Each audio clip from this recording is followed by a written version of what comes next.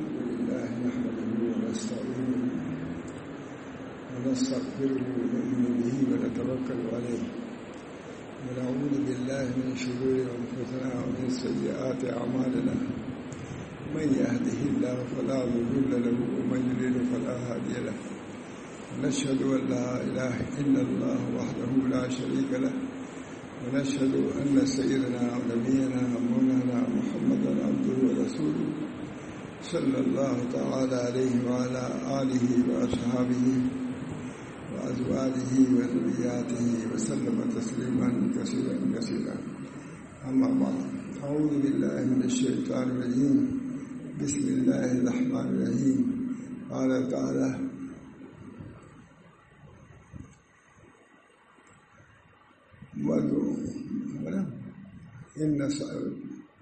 أعوذ بالله من الشيطان الرجيم. بسم الله الرحمن الرحيم. إن سعيكم لشتى. صدق اللہ العظیم. دوستو، بزرگوں، عزیزو، الحمدللہ یہ سلسلہ جاری ہے. اللہ تعالیٰ کا فضل ہے کہ ہم سب لوگوں کو ایک جگہ ہونے کی سعادت نصیب ہو رہی ہے. اس کے بہانے سے دوستوں سے ملاقات، آپس میں ایک خاص کسی کی معانست، مجالست، یہ سب چیزیں کار خیر ہیں. خود نبی اکرم صلی اللہ علیہ وسلم نے ارشاد فرمایا: وجبت محبتی للمتجالسین فیہ. حدیث قدسی ہے. وجبت محبتی للمتجالسین فیہ. میری محبت ان لوگوں کے لیے لازم ہو گئی جو میری محبت میں ایک جگہ جمع ہوتے ہیں، ایک جگہ بیٹھتے ہیں. یہ سلسلہ نہایت مبارک سلسلہ ہے جس کو رسول اللہ صلی اللہ علیہ وسلم نے بیان فرمایا، بلکہ حدیث قدسی ہے. میرے لیے سعادت کی بات ہے. اگرچہ میرا آنا جانا تو مشکل معلوم ہوتا ہے، لیکن اسی امید پر کہ آپ حضرات سے ملاقات بھی ہو جائے گی، کچھ دینی بات بھی ہو جائے گی، جو ہم لوگوں کے لیے سعادت ہے. اس وقت میں نے جو چھوٹی سی مختصر سے آیت کی تلاوت کیا ہے وہ بھی نہایت اہم ہے.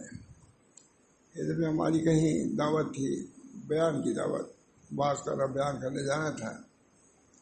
مسجد مدرسہ بھی تھا وہاں. ہم ایک دوسرے اس دروازے سے مسجد مدرسے میں داخل ہونے لگے. وہیں پر ایک کالج بھی تھا، انگریزی تعلیم، گمبیا کی بات ہے. تو جو اس دروازے سے بھی داخل ہو رہے تھے اور جو ہم بھی داخل ہو رہے تھے، مگر دونوں ایک جگہ ہے. دونوں کا مقصد ایک ہی ہے. وہ بھی علم حاصل کرنے کے لیے جا رہے ہیں اور ہم بھی علم ہی حاصل کرنے جا رہے ہیں. لیکن دونوں میں کتنا فرق ہے. صحیح تو برابر ہے لیکن مقصد برابر نہیں ہے. میں نے بیان کیا بہت فرق. صحیح میں دونوں برابر ہیں. وہ بھی کالج میں جا رہے ہیں، صحیح ہے. ہم بھی مدرسے میں جا رہے ہیں، یہ بھی صحیح ہے، کوشش ہے. لیکن نیت کے اعتبار سے، مقصد کے اعتبار سے کتنا فرق ہے. وہ صحیح جو ہو رہی ہے دنیا کی طرف ہو رہی ہے اور یہ صحیح آخرت کی طرف ہو رہی ہے. دونوں صحیح ہیں، لیکن خود اللہ تعالیٰ ارشاد فرماتے ہیں: ان سعیکم لشتی. تمہاری صحیح مختلف ہے. صحیح تو ہے، فاسعوا الی ذکر اللہ، یہ بھی ایک صحیح ہے. اور بددینی کی جگہوں پر جو جا رہا ہے وہ بھی ایک صحیح ہے. میں کبھی کبھی بیان بھی کرتا ہوں، دیکھو جمعرات دن عرب میں چھٹی ہوتی ہے تو بہت سے جدہ کے لوگ چھٹی جب ہوتی ہے تو وہ مکہ معظمہ جاتے ہیں عمرہ کے لیے. اور بہت سے لوگ مکے میں ہیں جن کی چھٹی بھی جمعرات کو ہوتی ہے، وہ آتے ہیں کیا بتائیں برائیوں کے لیے. صحیح تو دونوں کی ہے. وہ مکے جا رہا ہے عمرہ کرنے کے لیے جبکہ وہ جدے میں ہے، وہ آ رہا ہے جدہ مکہ سے. اس کا مقصد اور ہے، اس کا مقصد کتنا فرق. میں نے کہا وہاں کہ دونوں میں بھیڑ ہو جائے مرنے میں دونوں برابر ہیں، وہ بھی مرے گا یہ بھی مرے گا، لیکن اس کی صحیح اللہ کی طرف ہے، ملائکہ رحمت آئیں گے اس کو لے جانے کے لیے۔ اس کی نیت کیا تھی؟ عیاشی فحاشی کے لیے، معلوم ہے اس کو ملائکہ عذاب آئیں گے دینے کے لیے۔ آپ کو معلوم ہے کہ ایک بہت مشہور حدیث ہے کہ ایک شخص نے 99 قتل کیا تھا، 99 قتل کیا تھا۔ کسی صوفی کے پاس گیا، مفتی نہیں تھا وہ، نے کہا حل دی توبہ، تم کیا میری توبہ ہے؟ کہا نہیں، تمہارے کوئی توبہ نہیں، 99 قتل کر کے آئے ہو اور توبہ کا ذکر کر رہے ہو۔ حدیث ہے کہ بہت مشہور حدیث ہے یہ۔ اس نے کہا لیا پورا کر لو، 100 پورا کر لیا اس نے، 99 بجائے 100 پر۔ پھر اس کے بعد وہ گیا ایک مفتی صاحب کے یہاں، کہا کہ کیا میری توبہ ہے؟ 100 تو قتل کر کے آیا ہوں، کیا میری توبہ ہے؟ کہا کیوں، کون سی توبہ میں رکاوٹ کیا ہے؟ توبہ کر لو، اللہ کا مقبول ہو جاؤ گے۔ مفتی صاحب نے اچھا جواب دیا، وہ خوش ہو گیا کہ ہمارے لیے اب بھی توبہ ہے، توبہ کا دروازہ کھلا ہوا ہے۔ اس بنا پر اس نے توبہ کیا۔ لیکن وہ مفتی صاحب نے ایک بہت تجربہ کار بھی تھے، انہوں نے کہا دیکھو مگر یہاں نہ رہو، قریہ سیئہ میں نہ رہو، یہ برا قریہ ہے، یہاں تم نے 100 قتل کیا ہے، اس وقت یہ قریہ کو چھوڑو اور قریہ صالحہ میں چلے جاؤ، فلاں جگہ چلے جاؤ، جہاں خانقاہ رہی ہو یا مدرسہ رہا ہو، نیک لوگ رہو، وہاں تو نہیں قریہ صالحہ چلے جاؤ۔ تھا مخلص آدمی، چھوڑ دیا اپنے وطن یا جس قریہ میں رہتا تھا اس کو چھوڑ دیا، چلا آگے۔ جب بالکل بیچ میں پہنچا ہے اس کا انتقال ہو گیا، ملائکہ آگے، ملک الموت۔ اب دونوں اختلاف ہوا، ملائکہ رحمت میں اور ملائکہ عذاب میں۔ ملائکہ رحمت نے کہا کہ بھائی یہ توبہ کر چکا ہے، قریہ صالحہ کی طرف جا رہا ہے، نیک قریہ کی طرف، یہ اس کی لاش ہم کو دو۔ اور جو عذاب والا تھا، ارے 100 قتل کر کے جا رہا ہے، کہیں بھی جا رہا ہو ہم لے جائیں گے، وہاں بھی اختلاف ہو گیا۔ ملائکہ رحمت میں ملائکہ عذاب میں اختلاف ہو گیا، اختلاف دیکھیے وہاں ہو گیا۔ ایک صاحب آئے، وہ فرشتے ہی تھے لیکن جو بھی سیکنڈری ہوں، انہوں نے کہا میں فیصلہ کرتا ہوں۔ فیصلہ کیا انہوں نے کہ اس کو ناپو، اس قریے سے اس قریے کے پیمائش کرو کہ کتنا ہے۔ اگر قریہ صالحہ کی طرف ہے تو ملائکہ رحمت لے جائیں گے، اور قریہ صالحہ کی طرف اپنے ہی قریہ کی طرف ہے تو اس کو ملائکہ عذاب لے جائیں گے۔ فیصلہ ہو گیا، نپائی ہوئی ہے نا، حدیث ہے کہ نہیں، نپائی ہوئی۔ تو ایک بارش صرف قریہ صالحہ کی طرف آگے تھا، اور لکھا ہوا یہ بھی روایت میں کہ بالکل بیچ میں وہ گرا تھا، لیکن تھوڑا سا کھسک ادھر چلا گیا تھا، یہ بھی لکھا ہوا ہے، تھوڑا سا کھسک کر کے اپنا بڑھا دیا اس نے۔ ایک بارش قریہ صالحہ والے لے گئے۔ صحیح ہے، ایک قریہ ایک فٹ صحیح جو ہے اس کو جنت میں اس نے پہنچا دیا ہے، صحیح تو ہوئی۔ اس وجہ سے صحیح بہرحال قضیت کرتے ہیں، یا الذین آمنوا یا اذا نودی للصلاۃ من یوم الجمعہ فاسعوا الی ذکر اللہ، اللہ کے ذکر کی طرف جاؤ۔ سب معمولی آیتیں تھوڑے نہ ابھارنے والی آیتیں ہیں۔ یا الذین آمنوا یا اذا نودی للصلاۃ من یوم الجمعہ فاسعوا الی، صحیح کا لفظ یہاں ہے۔ صحیح کے بارے میں کہا علماء نے کہ صحیح کے معنی دوڑنے کے نہیں ہیں، اطمینانی چال سے جاؤ، یہ بھی ضروری بتانا ہے، کیونکہ لوگ دوڑنے کی صورت ہے۔ صحیح کا لفظ کہتے ہیں، صحیح کے لیے ضروری نہیں کہ دوڑ ہو، بلکہ اوسط درجے کی چال سے باوقار جانا چاہیے، وقار کا لفظ ہے۔ اس طرح پر دوستو صحیح بہت بڑی چیز ہے۔ ان نسائکم لشتیٰ، ابھی میں آ رہا تھا، راستے میں دیکھا دوڑ دھوپ لگی ہوئی، ہم لوگ آ رہے تھے نماز پڑھنے، اور کوئی جا رہا ہے تجارت کے لیے جا رہا ہے، کوئی کسی فکر میں جا رہا ہے، دوڑ پوری سڑک بھری ہوئی ہے، دوڑنے والی کی تو صحیح تو ہے، لیکن سب کی صحیح الگ الگ ہے۔ بس اللہ تعالی ہم لوگوں کو توفیق دے کہ وہ صحیح اللہ ہو، کامیاب ہے۔ صرف صحیح سے، صرف صحیح کیا، اسے کوئی بھی زیادہ عبادت بھی نہیں کیا تھا، صرف صحیح جو تھی، اور ایک بارش زیادہ ہوئی، صحیح تو معمولی چیز ہے، صحیح ضرور کرنا چاہیے۔ بزرگان دین کے پاس اسے صحیح کے لیے جاتے ہیں تاکہ صحیح کرنے کا دائیا جذبہ پیدا ہو جائے کہ ہم کو چلنا ہے، اپنی اصلاح کرنا ہے، خدا کے راستے میں ہم کو نکلنا ہے، خدا کے راستے میں اپنی اصلاح کرنی ہے، یہ ہے صحیح۔ اللہ ہم سب کو توفیق دے۔ ان سعیکم لشتیٰ، ہماری سب صحیح۔ اس بنا پر میرے دوستوں بزرگوں، جو وقت بھی ہمارا لگ جائے اللہ کے راستے میں، یہ بھی وقت لگ رہا ہے، نماز پڑھ رہے ہیں لگ رہا ہے، کسی کو نیک بات کر رہے ہیں لگ رہا ہے، وقت لگ رہا ہے۔ مانیے کون سا وقت ایسا ہو وہی قبولیت کا وقت ہو۔ ایک کلمہ آپ نے کہا، اللہ کو کلمہ پسند آ گیا، اسی سے اس کو نجات ہو جائے گی۔ اس بنا پر اس کے لیے بھی بہت ضروری ہے کہ ہماری صحیح برابر جاری رہنی چاہیے۔ اندری رامی خراش و می تراش تا دم آخر دم فائم و باش، اس راستے میں خراش و تراش تو لگ ہی رہے گا، آخری دم تک فارغ نہ رہو۔ اللہ تعالیٰ ہم سب کو اس صحیح کے پر عمل کرنے کی توفیق مرحمت فرمائے۔ حقوق ہے ہمارے، مخلوق سے تعلقات ہیں، دعوت بھی ہے، عداوت بھی ہے، سب کے حقوق ہیں۔ عداوت میں کس حد تک آپ جا سکتے ہیں اور دعوت کے کیا آداب ہیں، یہ سب لکھا ہوا ہے۔ عداوت مخالفت ہے اگر کسی سے تو کتنی مخالفت ہونی چاہیے، اس کے بھی حقوق، اس کے حدود ہیں، حقوق موجود ہیں۔ تو لوگوں کو آپ نے دعوت دیا، کھانے کی دعوت دیا، ایک تو ہے اللہ کی دعوت، اس کے لیے کیا ضرورت ہے؟ علم کی ضرورت ہے اور رفق کی ضرورت ہے۔ تین چیزیں ماشاء اللہ صلی اللہ علیہ بیان کرتے تھے کتابوں سے، دعوت کے تین چیز۔ ایک تو علم ہے، جس چیز کی وہ دعوت دے رہا ہے اس کا علم ہونا چاہیے، کیونکہ اگر علم نہیں ہوگا تو بہت سی مشروع چیز کو غیر مشروع، غیر مشروع کو مشروع کر دے گا، جائز کو جائز، ناجائز، ناجائز کو جائز قرار دے دے گا۔ بعض وہ چیز جو کسی مسئلے میں جائز ہے یا بلکہ مستحب ہے، اگر علم نہیں تو آپ تردید کر دیں گے، جبکہ شریعت پر عامل ہے۔ اس بنا پر علم کی ضرورت ہے، پھر اس کے بعد رفق کی ضرورت ہے۔ یہ تینوں چیزیں حضرت کی کتابوں میں لکھی ہے۔ علم، اس کے بعد نرمی ہونی چاہیے۔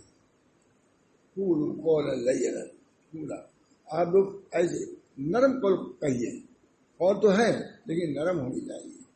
موسیٰ علیہ السلام، ہارون علیہ السلام بھیجا اللہ تعالیٰ نے فرعون کی طرف، موسیٰ کیا کہا؟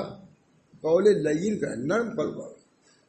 نبی کو حکم رہا ہے اور کہاں جو خدائی کا دعویٰ کر رہا ہے اس کو کہنے جا رہے ہیں کہ اس کو بھی کہہ رہے ہیں کہ سخت کلام مت کرو، نرمی سے کلام کرو۔ سختی کی جگہ اگر نرمی تم کر دو گے تو اتنا نقصان نہیں ہے، جہاں نرمی کی جگہ سختی کرنے سے نقصان ہے۔ امام غزالی لکھ رہے ہیں۔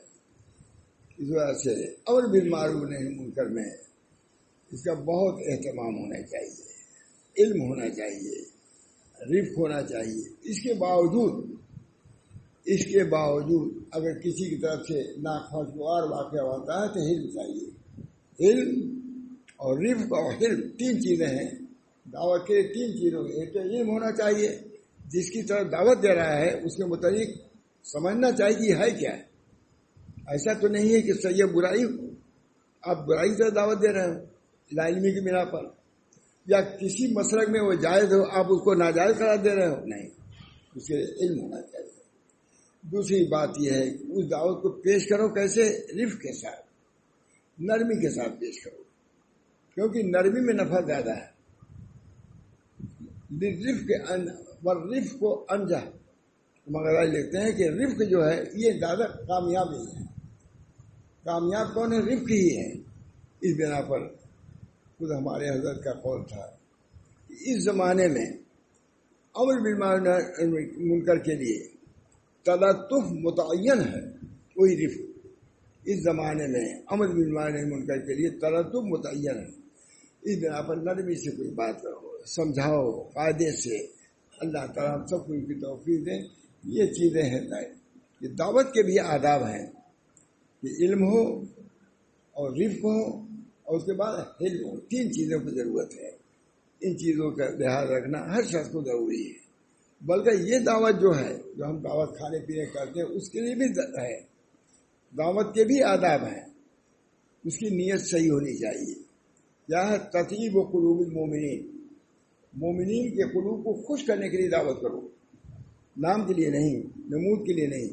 تطیب و قلوب المومنین، مومنین کے قلوب کو خوش کرنے کے لیے کرو کہ ہمارا بھائی، ہم چائے پلا دیں گے، کھانا کھلا، خوش ہو جائے گا. دعا دینے نہ دینے کی دوسری بات ہے، خود کسی قلب کو خوش کرنا یہ مستقل طاعت ہے. ہمارے حضرت فرماتے تھے تطیب قلب واجب ہے. کسی مومن کے دل کو دکھانا یہ حرام، اور تطیب قلب اس کو خوش کرنا اپنی کسی بات سے یا اپنے کسی برتاؤ سے، اپنے سلوک سے بہت ضروری ہے. امت نبی صلی اللہ علیہ وسلم کی بعثت اسی لیے ہوئی تھی. باہم اتنی عداوت تھی کہ کہا نہیں جا سکتا، لیکن اللہ تعالیٰ نے سب کو شیر و شکر بنا دیا. سب کو شیر و شکر. بنی قریظہ اور بنی نذیر میں کیا جنگ تھی کہ نہیں؟ اللہ تعالیٰ نے باہم الفت ڈال دیا. ایک دفعہ سب لوگ جمع ہوئے مسجد نبی میں، اور دونوں قبیلوں میں جنگ ہو گئی. صلح مسالمت ہو چکی تھی، محبتی معاملات سب جاری تھے، لیکن کسی نے کوئی شعر پڑھ دیا اور جنگ ہو گئی. نبی صلی اللہ علیہ وسلم تشریف لائے حجرے سے اور کہا کہ ارے میری موجودگی میں جہالت لوٹ آئی، ابھی تم نے توبہ کیا پھر ڈانٹا حضور نے. پھر اس کے بعد وہ دونوں قبیلے اتنا روئے کہ داڑھی طرح ہوئی. صاحب کشاف لکھتے ہیں، علامہ کشاف لکھتے ہیں کہ یہ وہ دن تھا جس کا پہلا دن بہت ہی برا اور آخری دن بہت ہی اچھا. صاحب کشاف لکھ رہے زمخشری، یعنی صاحب پہلا دن اس کا نہایت خراب اور دوسرا دن کیا ہوا؟ نہایت اچھا ہو گیا. اللہ تعالیٰ ہم سب کو توفیق دے. یہ لفظ وہاں بھی استعمال کیا ہے. موسیٰ علیہ السلام کے مقابلے میں جادوگر آئے تھے، مقابلے کے لیے آئے تھے. یہاں بھی استعمال کیا انہوں نے، یہاں بھی استعمال کیا ہے. مقابلے کے لیے آئے تھے. ظاہر کہ مقابلہ تو مقابلہ تھا، لیکن سب جادوگر مسلمان ہو گئے، وہ بھی نہیں مومن ہو گئے. وہاں بھی انہوں نے کہا صاحب کا صاحب نے کہ اول دن اس کا نہایت برا، لیکن آخری دن اس کا بہت ہی اچھا. بہرحال نرمی اور رفق بہت بڑی نعمت. تطیب قلوب المومنین، یہ دعوت جو ہے اس میں بھی یہ نیت کر لے تو کیا ہے؟ تطیب قلوب المومنین، مومنین کے قلوب کو خوش کرنا. حضرت کہاں سے کہتے تھے، میں نے خود سنا ہے کہ تطیب القلوب واجب ہے. مومن کے دل کو خوش کرنا، ایسا کسی بات نہ کہو جس سے وہ رنجیدہ ہو، کبیدہ خاطر ہو، نہ دل دکھاؤ. یہ تجلی گاہ ہے، اللہ رب العزت کی تجلی گاہ، اس کو مت ستاؤ. سب کا قلب ہے، یہ نہیں کہ ایک دو آدمی کا، سب کا قلب جو مومن ہے وہ اللہ کی تجلی گاہ ہے. تجلی گاہ نہ تو ایمان نہ رہتا اس کے اندر. اللہ کی نظر عنایت ایسے قلب پر ہے جس کے دل میں ایمان ہے، جس کے اندر توحید ہے، جس میں رسالت کا یقین ہے، جس میں قیامت کا یقین ہے. وہ قلب کیا ہے؟ تجلی گاہ باری تعالیٰ ہے. اس کو مت ستاؤ. خود نبی اکرم صلی اللہ علیہ وسلم نے ارشاد فرمایا، اے کعبہ تیری حرمت اپنی جگہ پر ہے، لیکن مومن کا قلب اس کا اور ہی کچھ درجہ ہے. تم کو مٹا دیا تب بھی اتنا نہیں، لیکن مومن کے قلب کو نہ ستاؤ.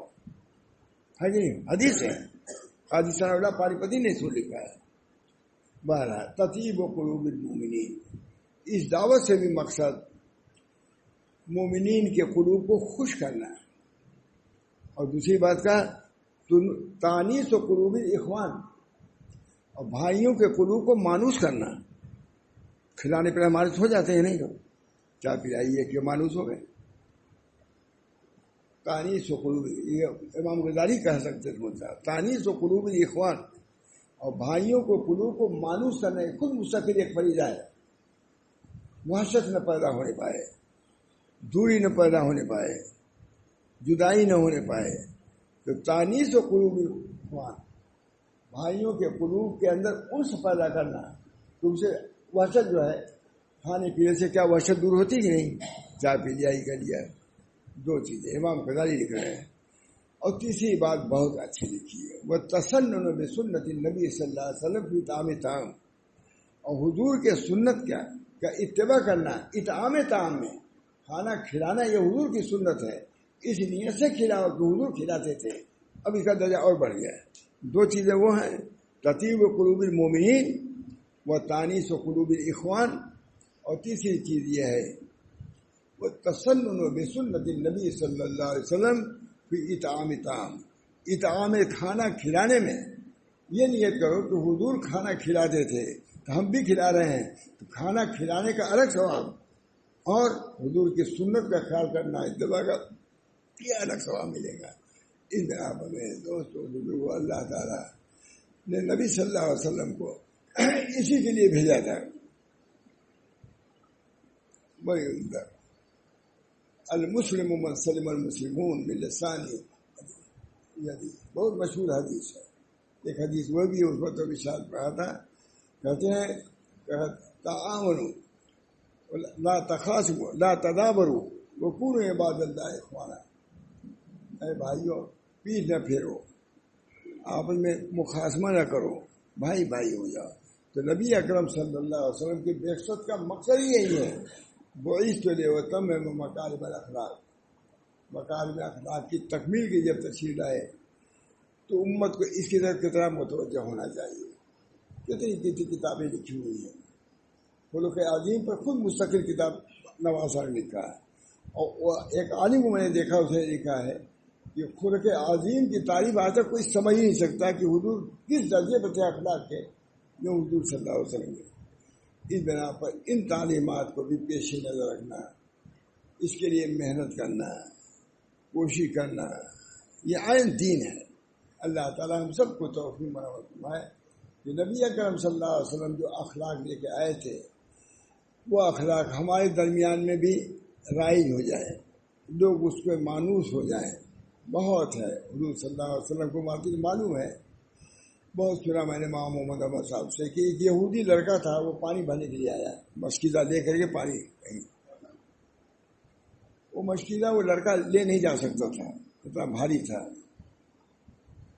حضور اکرم صلی اللہ علیہ وسلم اس کو دیکھ رہے تھے، تشریف لے گئے، خود بنفس نفیس ابو بکر صدیق کو حکم نہیں دیا، حضرت عمر کو حکم نہیں دیا، بلکہ خود تشریف لے گئے اور مشکیزہ کو کے گھر تک پہنچا دیا۔ وہ کھسیٹا ہوا اندر لے گیا، اس نے کہا تم تو لے نہیں آ سکتے تھے، کسی کون لے آیا اس کو؟ اس نے اشارہ کیا کہ فراش یہ لے آئے۔ آگے دیکھا ارے یہ حضور صلی اللہ، ہم اتنے بڑے دشمن ان کے جان کے، اور لیکن پھر اس کے بعد مسلمان ہو گئے، مسلمان ہو گئے۔ یہ حضور صلی اللہ علیہ وسلم کے اخلاق تھے۔ کیسے اخلاق تھے؟ ایک قریہ تھا، وہاں حضور صلی اللہ علیہ وسلم حملہ نہیں کرتے تھے۔ کسی نے کہا بھائی ہر طرف ہو رہا ہے جہاد کا مارکا گرم ہے، یہاں کیوں نہیں ہو رہا ہے؟ ایک بوڑھے آدمی نے کہا وہ یہاں ایک دفعہ پانی پیے ہوئے ہیں، وہ کبھی حملہ نہیں کریں گے۔ سب متاثر ہو گئے۔ بہرحال میں نے ابھی بیان کیا تھا کہ ایک ایسی صورت پیدا ہوئی کہ حضرت علی نے ان کو بچا لیا۔ تقاضا یہ تھا، بیان کا سینے پر چڑھے ہوئے تھے کافی، اس نے تھوک دیا، حضرت علی الگ ہو گئے۔ اس نے کہا میں نے تو جور کا بیج بویا تھا، آپ ہٹ کیوں گئے؟ میرے دل میں تھا کہ آپ میرے تھوکنے کے بعد چہرے پر اور جلدی ذبح کریں گے۔ کہا تم نے صحیح کہا، میرے دل میں بھی یہ بات آئی تھی کہ تم کو جلدی سے قتل کرو، مگر میں نے سوچا کہ اللہ کا یہ شیشہ ہے، اللہ کا بنایا ہوا ہے، اللہ کے شیشے کو اللہ ہی کے ہتھوڑے سے مارنا چاہیے۔ اس بنا پہ میں اتر آیا کہ میری جائز نہیں ہے کہ اپنے نفس کے ہتھوڑے سے مارو تم کو۔ شریعت کا اگر ہتھوڑا ہوتا تو ٹھیک تھا اس وقت، لیکن اب جو ہے میرے غضب کی بنا پر میں اس کے ساتھ انتقام لے رہا ہوں۔ وہ متحیر ہو گیا، وہ سب سنا بھی نہیں تھا۔ کہا بھائی تم تو ہم تو سمجھتے تھے کہ تم لوگ صرف ظلم اور جور کر رہے ہو، یہ تم لوگ بہت اچھے آدمی معلوم ہو رہے ہو، تم کو یہ دولت کہاں سے ملی ہے؟ کہاں چلو لے چلتے ہیں۔ وہ نبی اکرم صلی اللہ علیہ وسلم کے خدمت میں لے گیا اور کہا ان سے ہم کو یہ سب چیزیں حاصل ہوئی ہیں. ان نقلا خلق عظیم فرماتے ہیں کہ اتنا متاثر ہوا کہ 17 آدمی ہے، 17 آدمی مسلمان ہو گئے، اس کے گھر کے پورے سب مسلمان. اس پر لکھتے ہیں مولانا روم مست ہو گیا.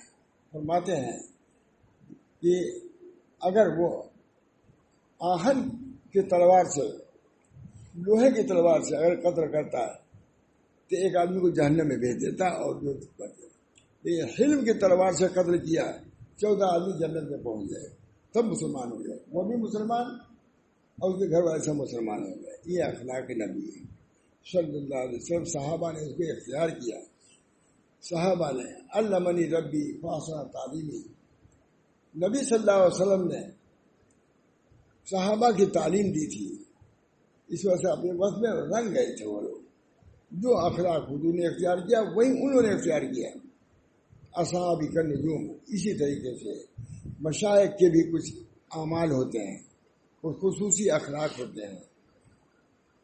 جب ان سے تعلق ہو تو کچھ نہ کچھ اس کا اثر آنا چاہیے. پوری دین میں بھی ہے، اس میں بھی.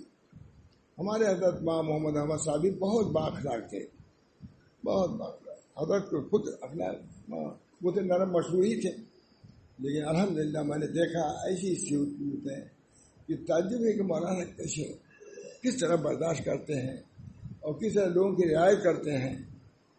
جس کے متعلق مولانا کو معلوم رہتا تھا کہ ماں محمد احمد صاحب کو کہ یہ برا بلا، اس کے لیے اور اچھی چادر بچھواتی تھی. بہرحال نبی اکرم صلی اللہ علیہ وسلم سراپا اخلاق تھے. انہوں نے اخلاق کی تعلیم دیا. ہمارے اندر بھی وہ چیزیں آنی چاہیے، اس کے اثرات نمایاں ہیں. تو نبی کریم صلی اللہ علیہ وسلم جو سراپا اخلاق تھے ان کے یہ لوگ ماننے والے ہیں. اصل ماننا بدن کا نہیں ہے، اصل ماننا ان کی تعلیمات کو ماننا. ہمارے حضرت بہت کہتے تھے کہ بزرگوں کے ابدان جو ہیں متبرک نہیں ہیں، ان کی تعلیمات متبرک ہیں. ان کی تعلیمات کو لو. اس بنا پر ہمارا آپ کا سبھی کا تعلق ظاہر ہے کہ ایک خواص سے ہے، خواص علماء سے ہے، خواص مشائخ سے ہے. اس بنا پر ان کی جو تربیت کا جو ایک نمونہ ہونا چاہیے، ہم لوگ کے اندر بھی وہ چیز پیدا ہونی چاہیے، تب یہ کام بڑھے گا. جو جہاں ہے اسی حال پر رہے گا تو کام نہیں بڑھا، جہاں تھا وہیں ٹھپ ہو گیا. اس بنا پر ہم کو کوشش یہ کرنی چاہیے کہ نبی اکرم صلی اللہ علیہ وسلم کی سیرت کیا تھی. بہت کتابیں لکھی جا رہی ہیں سیرت پر. ابھی ایک علی گڑھ کے آدمی نے لکھا، بہت بے انتہا کتابیں لکھی جا رہی ہیں. اخلاقیات پر بھی لکھی جا رہی ہیں کتابیں. اللہ تعالیٰ ان اخلاقیات پر عمل کرنے کے ہم سب کو توفیق عطا فرمائے، اور ہماری زندگی میں سنت نبوی کا مظاہرہ ہونا چاہیے. اخلاقی سنت، نماز روزے والی سنت اپنی جگہ پر ہے، لیکن اخلاقی سنتوں کا کرشمہ ظاہر ہونا چاہیے، اس کے اثرات نمایاں ہونا چاہیے. تب تو ہے بھائی. اللہ ہم سب کو توفیق دے. آپ حضرات آتے ہیں، سنتے ہیں، آتا ہوں. اللہ تعالیٰ اس آنے جانے کو بھی میرے قبول فرمائے. اور یہ مضامین جو بیان ہو رہے ہیں اگرچہ اہم ہیں، مشکل ہیں، لیکن دوست اگر ارادہ کرتا ہے تو جیسے وظیفہ پورا کر لیتا ہے بزرگوں کا بتایا ہوا، اسے بزرگوں کے اخلاقیات کی تعلیمات کو بھی اپنانا چاہیے. اللہ تعالیٰ ہم سب کو توفیق دے. وآخر دعوانا الحمدللہ رب العالمین. اللہم صلی اللہ علیہ وسلم. ربنا کرمنا. اللهم إني أسألك الصحة والعفة والأمانة وحسن الخلق ورضا بالقدر. اللهم إني أسألك الصحة والعفة والأمانة وحسن الخلق ورضا بالقدر. اللہ تعالیٰ سب لوگوں کو اخلاق نبوی کا کثیر حصہ عطا فرما. اللہ تعالیٰ ہر کسی کی عافیت عطا فرما، اور حضور کے اخلاقیات کو اپنانے کی اور اس کو جاری رکھنے کی ہم سب لوگوں کو توفیق عطا فرما، تاکہ حضور صلی اللہ علیہ وسلم کی روحانیت ہم سے خوش ہو. اور انشاءاللہ اس خوشی کی وجہ سے جو بھی ہم کو اللہ تعالیٰ عنایت فرمائے، کرم فرمائے، وہ کمی ہے. کیونکہ نبی اکرم صلی اللہ علیہ وسلم محبوب رب العالمین ہے. جو اس محبوب کے طریقے پہ چلے گا اور ان سے محبت رکھے گا، ضرور اللہ کی عنایت اس کی طرح مبذول ہوگی. اس بنا پر ہم سب کو اس طریقوں کے اختیار کرنا لازم اور ضروری ہے. ہر شخص کو دیکھنا چاہیے ہے کہ کون سی چیز ایسی ہے جو حضور کے اخلاق کے مطابق ہے. حضور رہتے تھے اخلاق اختیار کرتے، وہ اختیار کرنا چاہیے. الحمدللہ ہمارے مشائخ و علماء کے بھی بہت اخلاق ہیں. اقوال سلام میں ہم نے بہت نقل کیا ہے علماء دیوبند کے بارے میں بھی. بہت وہ لوگ کہتے ہیں کہ ہم معتقد تو تھے علماء دیوبند کے، مگر ان کی اخلاقیات کو سمجھ کے دیکھنے کے بعد سمجھ میں آیا کہ ہم لوگ معتقد ان اخلاقیات پر ہیں. بہرحال ان اخلاقیات کو پیش نظر رکھنا، سامنے رکھنا ضروری، اور جہاں تک ہو سکے اس پر عمل کرنا بھی ضروری ہے. وآخر دعوانا الحمدللہ رب العالمین.